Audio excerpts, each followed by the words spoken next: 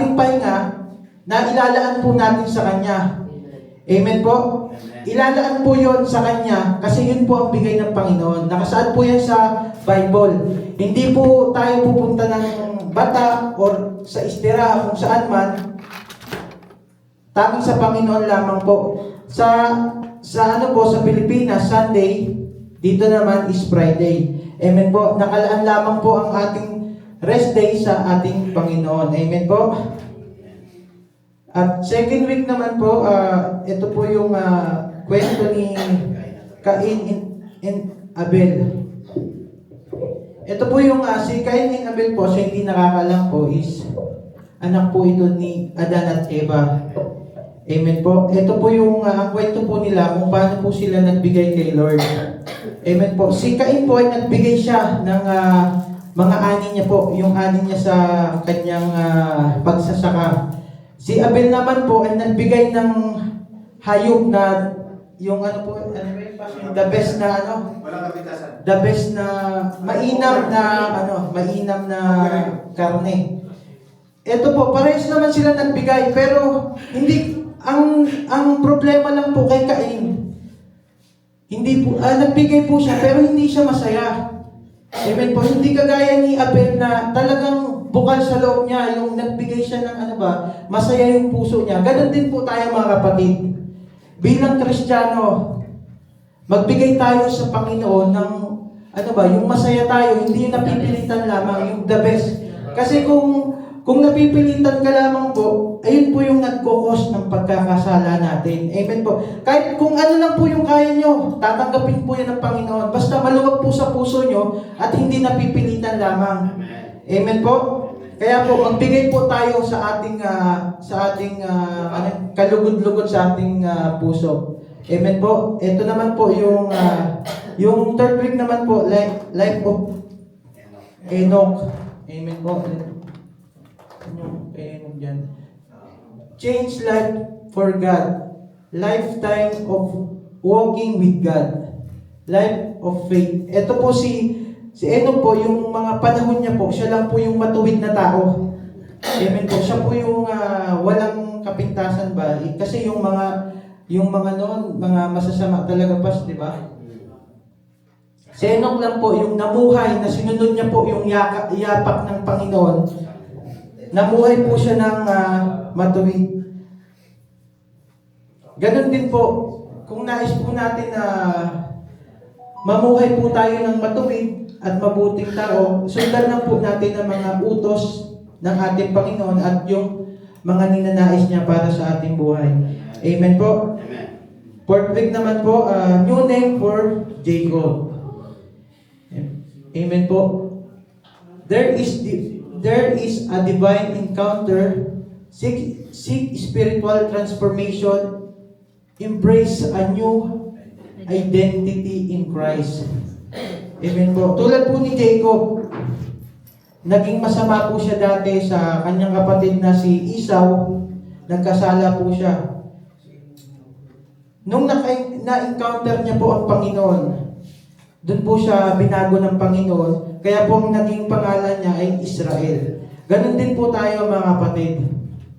May pagkakataon pa po tayo, wag po tayong makinig sa ibang sinasabi ng mga tao na sasabihin, kahit nagsisimba yan, masama ugali. Huwag po natin pakinggan yun. Kumbaga, alam naman natin na talagang kung ano yung sa atin ng Panginoon. Kaya wag tayong makinig sa mga salita ng iba. Pakinggan po natin kung ano yung tunay nating saloobin. Amen po. Nang sa gayon po, hindi po tayo matisod sa paglilingkod natin sa Panginoon. Amen po? Amen. Next, bro. Ngayon mo tayo wala. Ang pag-aaralan po natin ngayon, itong kwento ni Joseph. Joseph integrity. Na matatagpon po ito sa Genesis 39 verse 7 and 10. Amen po? Tumayo po tayo at basahin po natin ito. Verse 7, dumating ang panahon Sabay-sabay po natin basahin. Dumating ang panahon na pinagsasahan sila ng asawa ni Potiphar. Sinabi nito, "Sipingan mo ako." Tumanggi si Jose at nagsabi, "Panatag ko ang kalooban ng aking Panginoon sapagkat ako'y narito." Ginawa niya ako katiwala at ipinamahalan niya sa akin ang lahat ng bagay na ito. Maliban sa inyo na kanyang asawa, hindi ko po magagawa ang kanyang malaking kataksilan at pagkakasala sa Diyos. Hindi pinansin ni Jose ang babae kahit araw-araw itong nakikipagsasabi sa kanya. Amen. Tayo po'y manalangin. Yes, Lord. Hallelujah. Panginoon, magandang umaga po sa inyo, Panginoon. Yes, Lord. Panginoon, patuloy ka namin pinupurit, sinasamba, dinadakila, minawalhati, Panginoon. Ikaw lamang po ang Diyos na mahabagin at Diyos na mapagbigay, Panginoon. You are Jehovah Rapha, Jehovah Shalom, Jehovah Nisi, Jehovah Jireh, Panginoon. You are in Alpha and Omega. Yes, Lord, hallelujah. Bago po ang lahat, Panginoon, kami po ay lumalapit sa nagagawa namin hindi kalugod sa inyo. At humingi kami ng kapatawaran, Panginoon, sa aming nagagawa. Yes, Lord. Yes, Lord, hallelujah. Panginoon, maraming salamat po sa kapatawaran na binabahagi mo sa buhay ng bawat isa, Panginoon. Panginoon, dalangin ko po ngayon, Panginoon, itago niyo lamang po ako sa inyong likuran na bilang ako po ang napili niyo na maghayag po ng inyong mga banal na salita, Panginoon. Ang magmumula na karunungan ko po ay magmumula lamang po sa iyo. Hindi yung karunungan ko po ang mga ibabaw dito, Panginoon. Tanggalin niyo po ang anumang doubt ko sa buhay, Panginoon.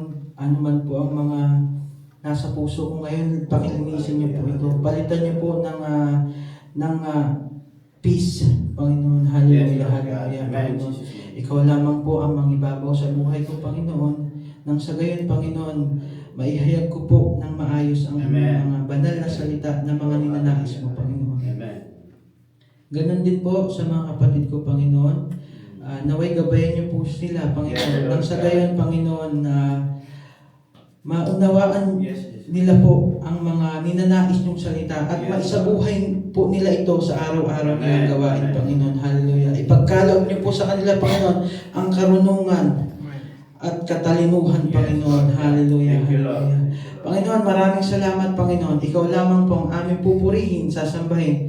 In Jesus' name, Amen. Amen. Amen. Next. Temptation will come to you. Amen. Ano-ano po ba yung mga tukso na dumarating sa ating buhay? May mga tanong po ako. Ano po ba yung mga tukso natin na ating pinaglalabanan? Tulad po ng isa. Tulad po ng alin? Pagsubok, pera. Ano pa po? Bisyo. Pagmamahal.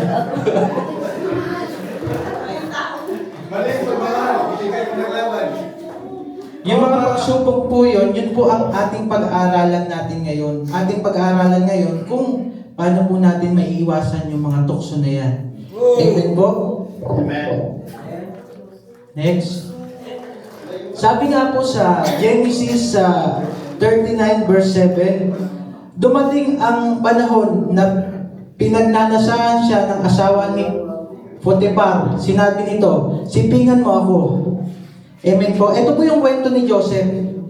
Ito po yung kwento ni Joseph kung paano lumapit sa kanya yung mga tukso at kung paano niya rin to napaglabanan. Amen po. Next. Temptation will come to you. Marami tayong temptation sa buhay. Tulad po ng pagkain. Amen po. Pera, trabaho, sex, at libangan. Tulad po yan, pagkain. Yun po yung pagkain natin. Minsan, sa sobra natin pagkain, nasisira yung kalusugan natin. Di ba, bro? Amen! Amen. Sabi nga po, di ba, sa sa Corinto 6:19, di ba, alagaan natin yung ating katawan. Kasi tulad nga po ng sinabi kanina ni Kuya Carlito, yung katawan natin, ginagamit po yan ng Panginoon para ating pangalagaan, para ano yung dati natin pinag-aralan, yung para maihayag natin yung mga nais ng Panginoon.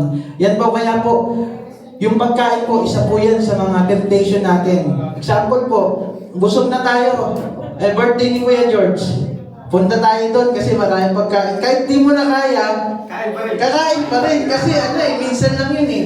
Yun po yung nakakasira minsan. Tapos, nagpa-check up yun. Mataas yung BP. May may cholesterol na. Yun yung doon tayo na Sabi nga, di ba, nasa huli ang pagsisisi.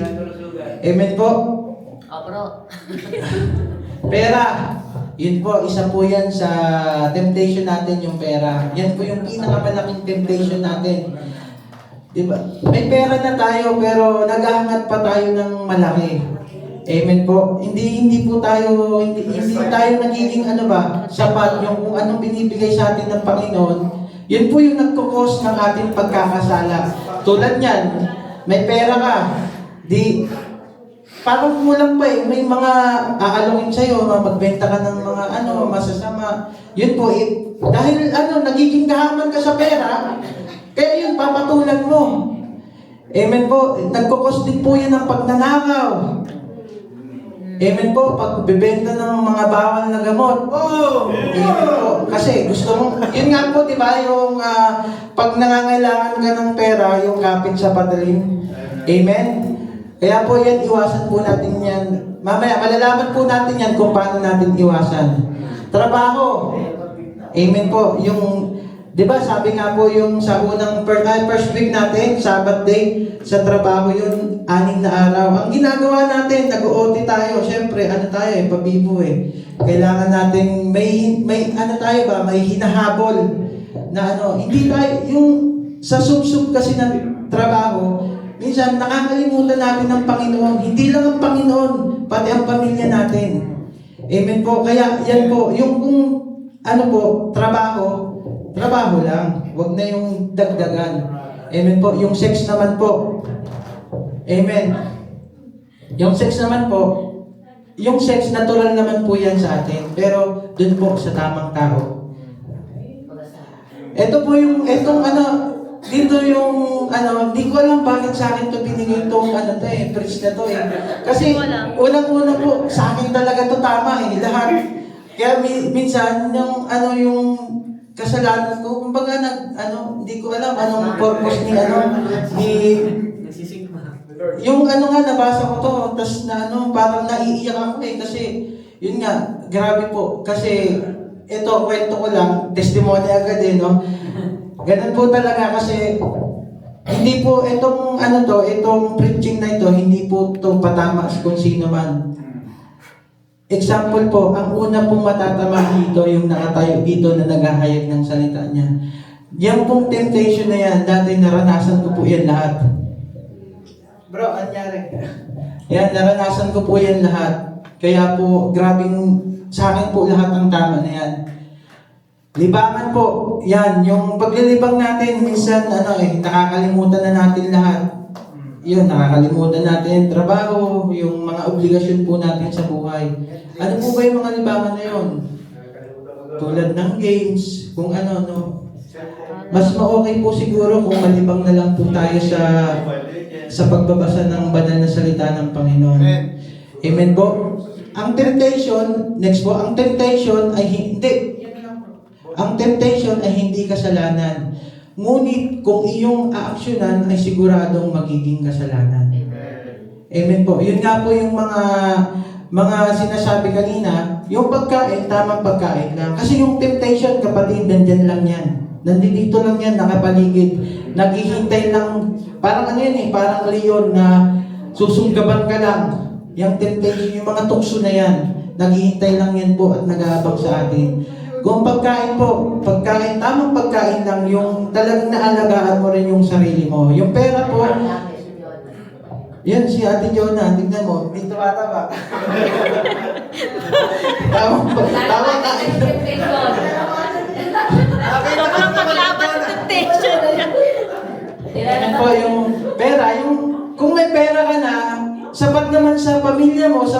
sa araw-araw mo, is okay na yun. Huwag mo nang anuin kasi huwag tayo pong maging gahaman sa pera. Yan po yung pinaka-isa natin na magiging pagkakasala. Kung magiging gahaman tayo sa pera, makakagawa tayo ng mga kung ano-ano, kung talagang papatulan po natin. Trabaho, yung trabaho, tamang OT lang, 8 hours, 9 hours, Kuya Bon, tamang OT lang. wala pang 8 hours. Yun po, yung tamang lang, wag na po natin kasagad. Kasi minsan, ang pagkasagad ng natin, trabaho, yun minsan, nagkakasakit tayo. Oo, Kuya Bernard. Sakto lang. Kung ano yung binigay sa'yo ng Panginoon, embrace mo na yun, di ba nga sabi po? Yun po, yung sex. Yung sex, okay lang po yan, natural po yan. Pero sa mga asawa lang, sa tamang tao lang, hindi po sa, hindi nyo asawa, or kahit sino man yan, yan po ang, kasi yun, kung yan po, yung mga temptation na yan is talagang, i-ano nyo ba, yung a-actionan nyo, doon po masisira ang buhay nyo. Doon po masisira yung pamilya nyo. Amen? Kaya po, hanggat maaari, maging ano po ba tayo, wais, kung ano po, kung tingin nyo nakakaano na, iwasan nyo na. Amen po. Next po. Matuto tayong tumingin kung ano ang mga bagay na temptation na magdadala sa iyo sa kasalanan. Amen po. Kaya mga kapatid, maging mausisa tayo sa mga temptation na tingin natin na kumbaga, tingin natin na yung parang na unti-unti na tayong nadadala, iiwasan na natin. Maging ano po ba tayo? Maging wais tayo. Huwag tayo maging mapagmatsyag tayo. Huwag tayo maging bulag-bulagan, bingi-bingihan sa mga tukso. Amen po. Kasi sabi nga, di ba, sa yung temptation na yan, marami na yung winasak na tahanan, di ba? Sabi nga yung sa tukso, marami na, di ba? Sabi nga si Imelda Papi, di ba? Yung tukso, marami na talaga yung winasak na tahanan. Kaya, maging ano po ba tayo? Maging wais. Kung matalino si tukso, maging matalino tayo. Nakasama natin ang Panginoon. Amen po. Sabi nga po sa Korinto, ayan, 12, kaya't mag-ingat kayo sa sino mang nag-aakalang siya'y nakatayo at baka matisod. Amen po. Yan po ang, dahil tayo ay natutokso, yun po ang nagkukos ng pagkatisod natin. May kilala akong ganyan eh. Dati dito yung dati nating kapatid, na ngayon, nawala na, yun nga po, pwede ba yan? Yung example lang natin, yung kapatid na dati may bahay sa Bata, ngayon nagpupunta-punta doon, tapos hanggang yun, sa natukso, nawala sa gawain. Amen. Yun nga po, kahit dito po, hindi tayo po, porket na tayo, Kristiyano, ay hindi na tayo matitisod. Yun po, masakit man pong isipin, kahit po ay naglilingkod tayo sa Panginoon, pero ang tukso kasi kung hindi natin paglalabanan yan is talagang madadala tayo yan. Yun nga po, yun po yung sa akin po, talagang nung dati nung namuhay ako sa ganyan sa lahat, halos sa akin na lahat ng tukso eh. Kumbaga, ang hirap pong mamuhay ng ganon, mga kapatid, mahirap na. Tapos, ba nun ako, wala pa ako sa Diyos. Ang hirap eh, kung hindi ko alam kung saan ako pupunta, kung saan ako, kasi parang kung sasakyan dati, parang kolorum eh, walang rehistro. Hindi ko nga alam yung kung anong religion ko dati. Kasi pag may napanood lang akong yung Felix Manalo, gusto ko na kagad mag-iglesia. Tapos naging Muslim ako. Lahat, parang gusto ko na kumbaga hindi ako, komportable. Isa po ako sa patunay kung paano ko napaglabanan yung mga tukso. Kaya po, ngayon po, biyaya po ng Panginoon, nagiging Hindi naman talagang may mga tukso pa rin sa na pera. Hindi ako natutukso sa pera kasi hindi naman ako nagkakapera eh. Hindi naman ako binibigyan yung lang. Trabaho lang. Trabaho lang. Trabaho lang, walang sahod. Yung minsan, may natutokso ako, kaya yung dati Kaya natutokso baka ako sa pinukuhaan mo yung wallet ko hindi, natutokso ako sa mga sapatos, masama talaga yung tukso kasi pag natukso ako sa sapatos, aawayin ako ng asawa ko. Kaya, ang gagawin ko, wala na lang. I-chat ko na lang si Kuya George ng palihim, yung mga sale.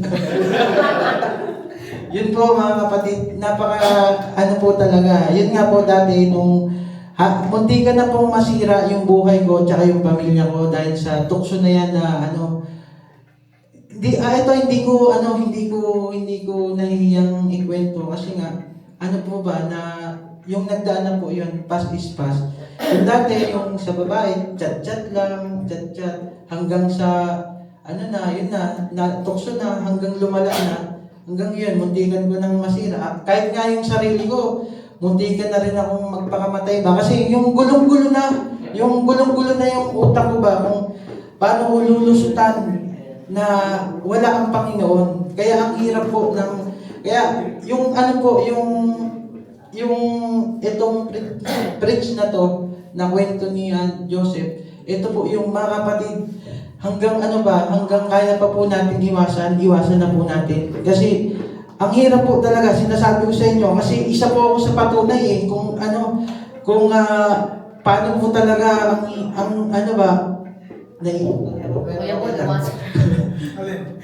kaya ang hirap po talaga na talagang malulong ka sa tukso. Kaya mga kapatid, yun paulit-ulit kong sabihin kasi napagdaanan ko na mahirap po talaga.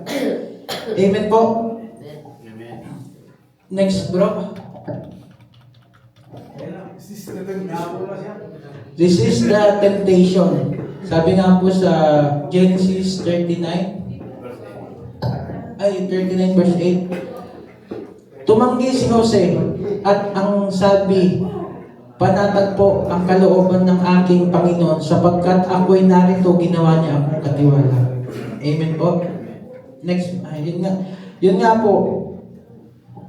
Next muna, bro. Yan, resist the temptation. Kung alam mo na kung ano ang mga temptation na magdadala sa'yo sa kasalanan, ay ito'y layuan mo na. Amen po. Yun nga po, kung tingin natin na mga kapatid, kung sumusobra na, layuan na natin. Kung ba, sumusobra na tayo, yung feel na po ba natin na nagiging na po ba tayo, nagiging mukhang pera na tayo, is unti-unti na po natin paglabanan.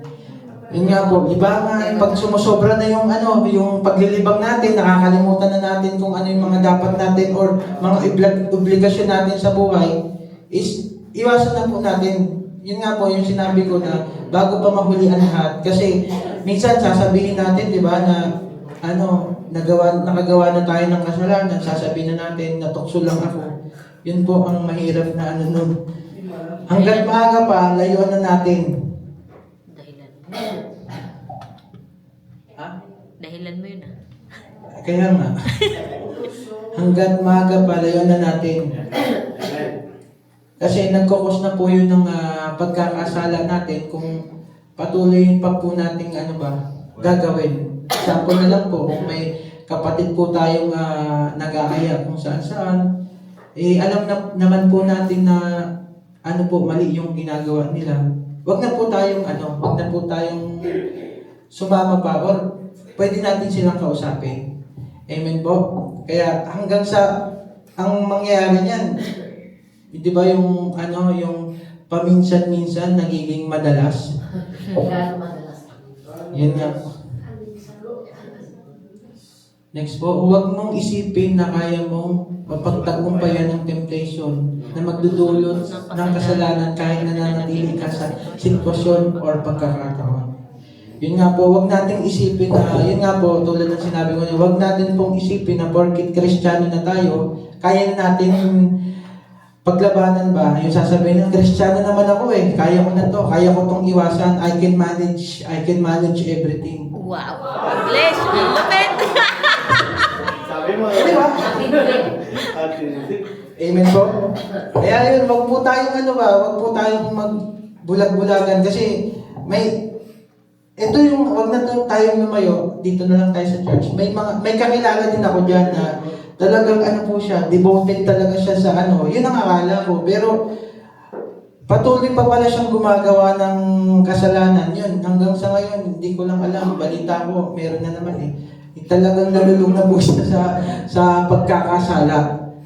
Yun po yung nakakalungkot ba na hindi natin natututunan or hindi natin nasa puso yung natututunan natin sa Panginoon. Amen po? Next tayo. Itigil mo na ang temptation bago ka pa malulong sa pagnanasa or pakulong sa kasalanan. Amen po. Kaya mga kapatid, itigil mo na. Yun nga po, bago pa lumala.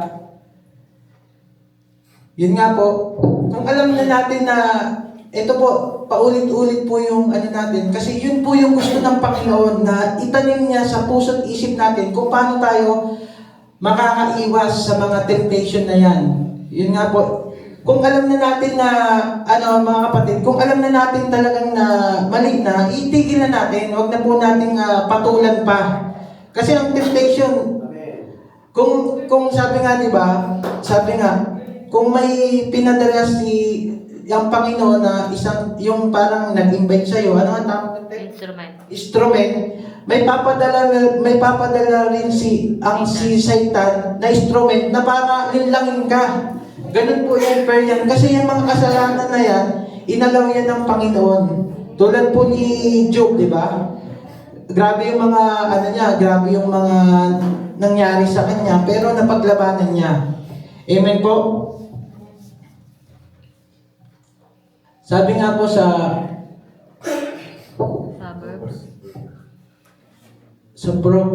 Proverbs 4:15, kasama iwasan mo na, huwag lapitan, bagkos nga ay talikuran mo na, tuntunin ang tamang daan. Amen po. Kung nakikita mo na mali yung mga ginagawa ng kapatid, yun nga po, kausapin mo or layuan mo na bago ka pa ikaw pang madala. Kumbaga, amen po. Umiwas na tayo hanggat hindi pa huli ang lahat. Amen po. Amen po. Sa third point na po tayo. Overcome temptation by responding to God. Amen po. Sabi nga po sa Genesis 39:9-10, at ipinamahala niya sa akin ang lahat sa bahay na ito maliban sa inyo na kanyang asawa. Hindi ko po magagawa ang ganyang kalaking kataksilan at pagkasala sa Diyos. Okay?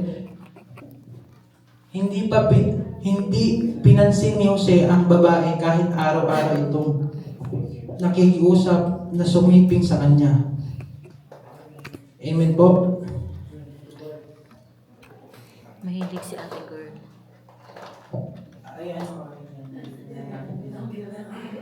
Yan po, alalahanin po natin sa loobin ng Diyos tungkol sa kasalanan at kung ano ang kaloob ng Diyos para sa atin. Amen po. Lagi natin, mga kapatid, isa puso. Isa po, ang kaloob ng Diyos para tayo maging mabuti at malayo tayo sa mga anumang uri ng tukso. Patuloy lamang po tayo, mga kapatid, manalig sa Panginoon at madalas na nang sa gayon po ay makaiwas po tayo sa Panginoon, sa mga kasalanan. Amen po. O yun nga po yung sinasabi na ano po ba tayo? Talagang yung mga natututunan natin sa church, or sa gawain ng Panginoon, isa puso natin. Nang sa ganun po, alam po natin kung paano natin maiiwasan yung mga temptation na darating sa ating buhay. Like Joseph po. Si Joseph po, talagang po siya ba? Tapat siyang lingkod ng Panginoon. Kaya kahit anong mga temptation na dumarating sa kanya, is talagang, alam niya po, talagang sida ba? Na hindi po siya nadadala ng mga temptation na yon. Kahit kung sa iba niyan, di ba? Siyempre, sasabihin na, di ba? Palay na lumalapit sa manok. Papatulan na. Wala naman nakakita. Kumain na. Kaya, yun nga, mga kapatid, maging po ba tayo? Kung maging po ba tayo, kung ano ninanais ng Panginoon sa atin, is, yun po yung sundin natin. Tulad po ng ang gusto niya is dumalo tayo ng mga gawain niya. Kumbaga, yun po yung natin, embrace po natin. Kumbaga, para po nang sa gayon, matutunan po natin kung ano yung mga kaloob ng Panginoon. Kasi kung dito po natin talaga po sa lahat po ng napapag-aralan natin ngayon ay nakasaad po yan sa Biblia. Doon din po ang mga kasagutan sa mga tanong o mga pagsubok na nararanasan mo ngayon. At yung mga temptation na dumarating sa buhay mo. Amen po? Sabi nga po next. Ayan, okay lang yun. Ayan. Mapapagtagumpayan mo ang temptation at kasalanan kung naiintindihan mo ang kaloob ng Diyos. Hingil sa temptation sa inyong kinakaharap dahil nagiging tama ang pananaw at aksyon mo bilang tugon sa temptation. Amen po. Yun nga po, kung talaga pong natututunan natin or talagang isinasa puso natin yung mga natututunan natin dito, alam na po natin kung paano paglabanan natin, kung paano labanan po natin yung mga tukso na darating sa ating buhay. Amen po. Kaya po, ugaliin po natin magbasa at makinig po ng mga banal niyang salita. Yung ganun po dati, hindi ko naintindihan kung paano. Pero nung talaga po ako ngayon, yung kumbaga, nung pumasok po yung ngayon, 2025, talagang, nag-comment ako sa Panginoon. Sabi ko, magbabasa ako ng mga salita niya at magdi-devotion ako. Doon ko po mas nauunawaan kung paano po talaga paano po talaga yung mga kaloob ng Panginoon na mabubuting gawa. Amen po. Kaya mga kapatid, kaysa manood po tayo ng episode ng Korean drama, sa Netflix, kailangan po nating rin po, kung, di ba, kung nga po natin, nasusubaybayan po natin yung mga Korean drama, bakit po hindi po natin subaybayan din yung, yung kwento ng kabutihan ng Panginoon sa ating mga, kasi yung sa Korean drama, minsan malabo pang mangyari, di ba? Dito po sa Biblia, talaga pong nangyayari po ito sa ating mga buhay. Kung paano po natin malalagpasan. Huwag na po natin hintayin pa na magkaroon po tayo ng mga tukso na nakasira sa ating buhay, tsaka po tayo lalapit sa Panginoon. Kaya po, hanggang maaga pa po, hindi pa po hulihan lahat para maiwasan pa po yung mga tukso na lalapit pa sa atin. Amen po? Sabi nga po sa James 4 verse 7, kaya magpasakop kayo sa kapangyarihan ng Diyos, labanan ninyo ang diablo at lalayuan kayo nito. Yun nga po, patuloy lamang tayong sumunod sa mga kaloob ng Panginoon. Huwag nating hayaan na manaig po sa atin yung diablo. Kasi kung mananaig po ang diablo sa ating buhay, yun, tuwang-tuwa yun. Kasi, kumbaga nakikita kasi ng diablo na nasisira yung buhay natin, doon pa siya tuwang-tuwa eh. Hindi kagaya ng Panginoon na pag alam niyang nasisira na yung buhay natin or nalulung na tayo kung saan, tutulungan niya pa tayo. Kahit hindi tayo nagiging ano ba sa Kanya, hindi tayo nagiging tapat sa Kanya, hindi tayo, sa iba, di ba, tulad natin sa ating pamilya or sa ating mga kaibigan, nakagawa tayo ng kasalanan sa Kanya, minsan hirap pa nga tayong patawarin, di ba? Pero ang Panginoon, napakabuti po ng Panginoon sa atin, kahit ano po yung mga nagagawa natin kasalanan sa Kanya, handa niya pa rin po tayong tanggapin. Kahit yung tingin natin na hindi na makatao yung ginagawa natin, kahit anong ginawa mo pa yung kapatid, handa kang bigyan ng pagkakataon ng Panginoon. Amen po? Sabi nga po sa, ayun, conclusion pala. Conclusion na po tayo. Amen. Mama. Tama lang.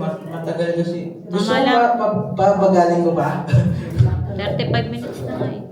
Yun, sabi nga po, walang pagsubok na dumarating sa inyo na hindi nararanasan ng lahat ng tao. Tapat ang Diyos at hindi niya ipapahintulot na kayo'y subukin ng higit sa inyong makakaya. Sa halip, pagdating ng pagsubok, bibigyan niya kayo ng lakas upang mapagtagumpayan iyon. Amen po. Napakagandang verse po nito, no? Talagang sinasabi nga po dito na walang pagsubok na hindi naranasan ng kahit sinong tao. Amen. Huwag po tayong pabiktim na, kanino ba yung pabiktim? Kay Kuya Bon, pabiktim na piling natin na tayo yung ganito kasi yung pagsubok ko, parang hindi mo alam, yung kapatid, mas malala pa yung pagsubok niya. Tapos yung sa'yo, ganito lang, wala akong pangsuot, pang dress. Kasi di ba? Yung kapatid, mas malala pa po yung pagsubok niya. Pero, tingnan mo, kasi yung kapatid na yon is nananalig sa Panginoon. Kumbaga, paano niya nalalagpasan yung mga pagsubok na yon? Kaya mga kapatid, huwag natin isipin na tayo lang yung nakakaranas ng pagsubok na yan. Yung pagsubok na yan, centralized yan. Iisa-isahin tayo. Pero yung mga pagsubok na yon, hindi magbibigay ang Panginoon ng pagsubok na hindi mo makakayanan. Amen. Amen? Tignan mo nga, si Job na naman. Si Job, binigyan ng pagsubok. Namatay kung aware kayo sa kwento ni Job, kung sino pang hindi nakakaalam, bibigyan mo kayo ng trailer. Si Job po is, mayaman sa lugar nila. May mga anak. Kumbaga, masaganang pamumuhay. Yun, sinubok siya ng Panginoon. Pinatay yung mga anak niya, yung mga ari-ari na nawala. Pero hindi pa rin siya sumuko. Nagkaketong pa. Nagkasakit. Yun nga, nagkasakit pa, nagkaketong. Pero, kasi sinubok siya ng Panginoon. Kumbaga si Satan tsaka yung Panginoon, nag-usap. Kaya mga kapatid, inalaw ng Panginoon yun. Kaya mga kapatid, yung mga pagsubok natin, inaalaw yan ng Panginoon sa atin. Kasi alam niya Nakaya natin. kung paano natin malalabanan. Kasi alam niya, kasi kasama niya tayo kasama natin siya. Amen po. Kaya nga, mga kapatid, walang pagsubok na hindi natin mapapagtagumpayan. Basta kasama natin ang Panginoon. Pero ang iba, ang nangyayari sa iba, nakakalungkot man isipin, yun kasi wala silang Diyos sa kanilang puso. Kaya minsan nagpapakamatay. Kasi ganun po yung nangyari sa akin dati. Kaya nga, nagpapasalamat ako sa ginamit na tao ni Lord para magbalik loob ako sa Kanya. Amen po. Kaya mga kapatid, alam na po natin kung paano natin mapapagtagumpayan yung mga pagsubok na darating sa atin. Basta po, lagi natin tandaan, nandyan si Lord, naghihintay sa atin. Amen. Bukas palad siyang tatanggapin tayo kung tayo talagang hindi na natin kaya. Amen po. Ang mga pagsubok natin ay pinapahintulot po talaga yan ng Panginoon. Kasi kung yung mga pagsubok na yan, tulad ko po, nakaranas ako ng matinding pagsubok. Ngayon po, praise God po, yung mga yung mga prayer request ko po sa kanya, talagang ano niya po, binibigyan. Yun po, yung matagal na namin pray ng asawa ko na magkaka-baby na. Ano po,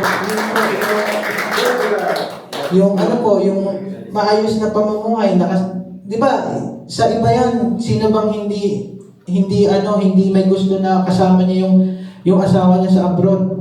Pero sa Panginoon, basta mag-pray ka lang, kahit matagalan niya na feeling mo hindi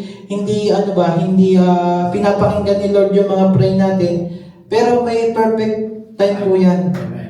Yung tulad po, yung sa ikama namin, nandun na yung panghina, pero talagang pray lang, kasi alam ni Lord kung paano kumikilos, paano niya isa sa ayos. Kaya mga kapatid, kung wag tayong minsan, di ba, sasabihin, Lord, ang tagal ko na nagpe-pray dyan, hindi naman naayos. May tamang may tamang paraan, may tamang Panahon. in a perfect time. Gusto ko English yan. In a perfect time. Amen po? Kaya po huwag tayong panghihinaan na parang hindi tayo nakikita ni Lord. Kung tutusin, lahat ng tao alam ni Lord ang nasa loob niyan. Amen. Bilang nga yung mga buhok natin, kung ilan, di ba? Sa akin ilan? Amen po. Sabi nga po sa challenge,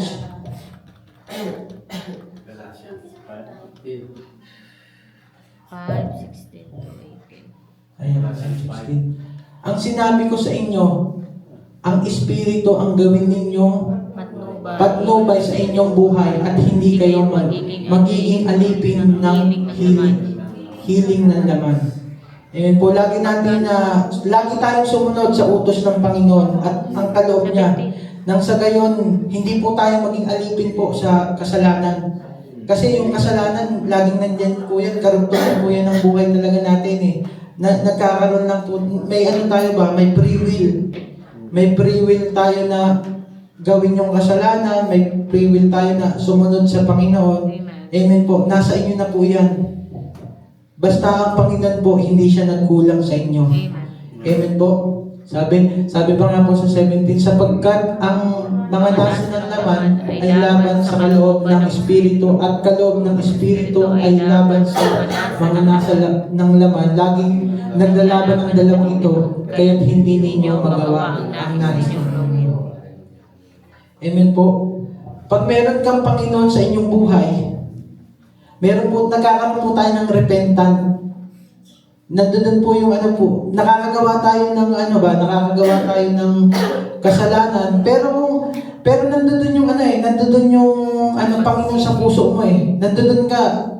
Tulad ko po, nakakagawa ko ng kasalanan, pero nandoon yung sa akin, yung iniisip ko na mali yung ginawa ko. Kaya sa mga taong minsan nakakasagutan o nakakasama ng loob, yun nga po, hindi nyo lang po alam na kumbaga, kala nyo okay lang sa akin, pero deep inside po, nagpe-pray po talaga ako. Isa po yun sa temptation ba, di ba? Yung galit, isa po yan, pagka talagang hindi ka magtigpi talagang ka talaga madadala ka ng ng tukso sa pagkagalit. Kaya nga po, yun po, na talagang nagpe-pray po ako na talagang sana maging maayos. Kasi hindi naman po tayo, hindi naman tayo perfecto ba, na kumbaga ako nag-church, alam ko na lahat. Nandun po yung prayer ko sa mga temptation ko sa buhay. Kaya yun po, bawat isa sa atin, may will tayo na maghingi ng praise sa Panginoon para mapaglabanan natin kung ano may mga temptation na nararanasan natin. Amen po. Sabi nga po sa 18, kung pinapatnubayan kayo ng Espiritu na wala na kayo sa ilalim ng kautusan. Yun nga po, ganun din. Kaya mga kapatid, hindi pa huli ang lahat para talikuran natin yung mga tukso o temptation na nararanasan natin sa ating mga buhay.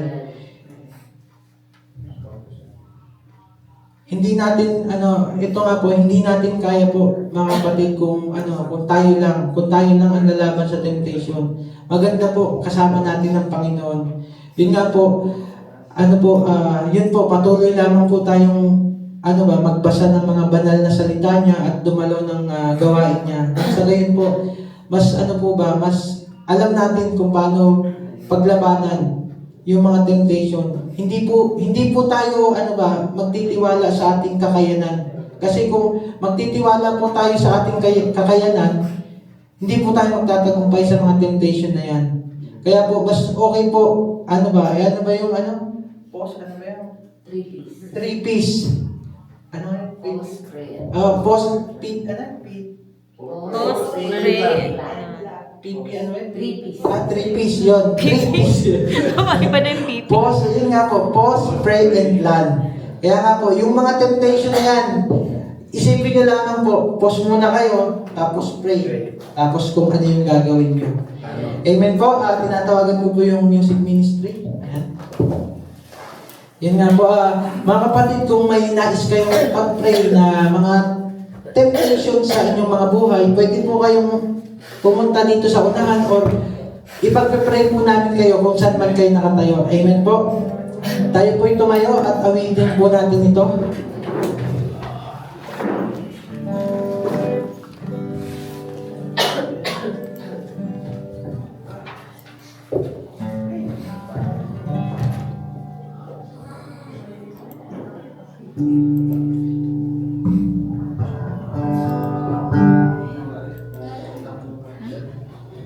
Kung may mga temptation po kayo na nararanasan ngayon,